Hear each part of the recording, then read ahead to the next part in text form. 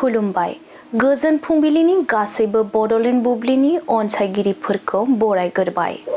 दिनै 27 जानुवारि मंगलबारनि फान्जामुथिखौ फरायथिनो लादों आं हिना ब्रह्मआ। फान्जामुथिनि गिबियाव दं मेष राशि। गावनि थाखाय मोजां राहा फसंना लानो हागोन, मोजां सान।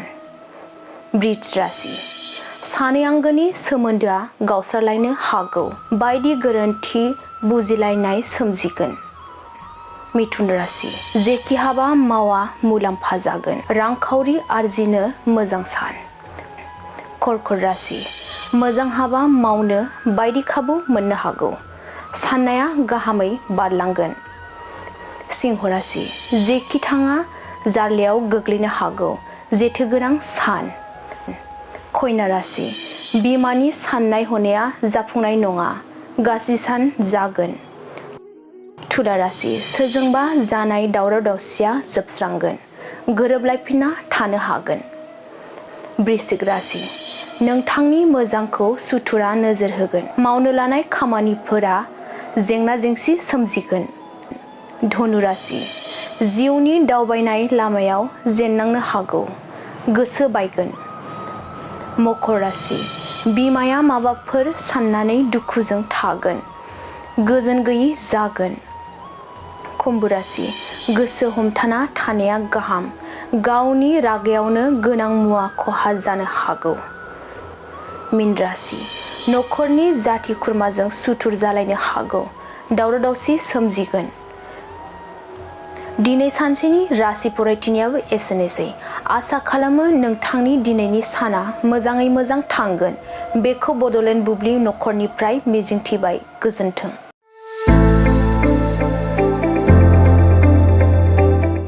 गोजोनथाव खौरां।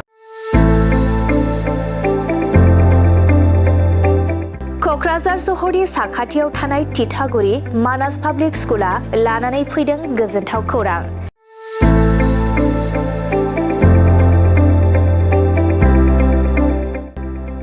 मानास पाब्लिक स्कुला गुन गोनां सोलोंथाइ बोसोरनि नार्सारिनिफ्राय थाखो 9 सिम फरायसा फरायसुलिफोरनि गोदानै 2026-27 मायथाइनि गोदानै मुं थिसननायनि खाबुफोर होगासिनो दं।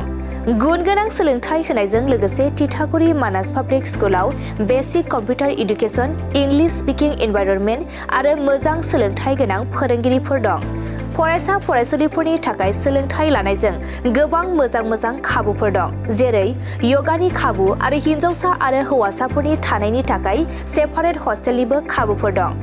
नोंथाङा आबुङै मिथिबावनो थाखाय थोंजोङै नैबे 600083238600048962 आरो 9101008849 जानबुं नम्बराव खौरां लाहरनो हागोन।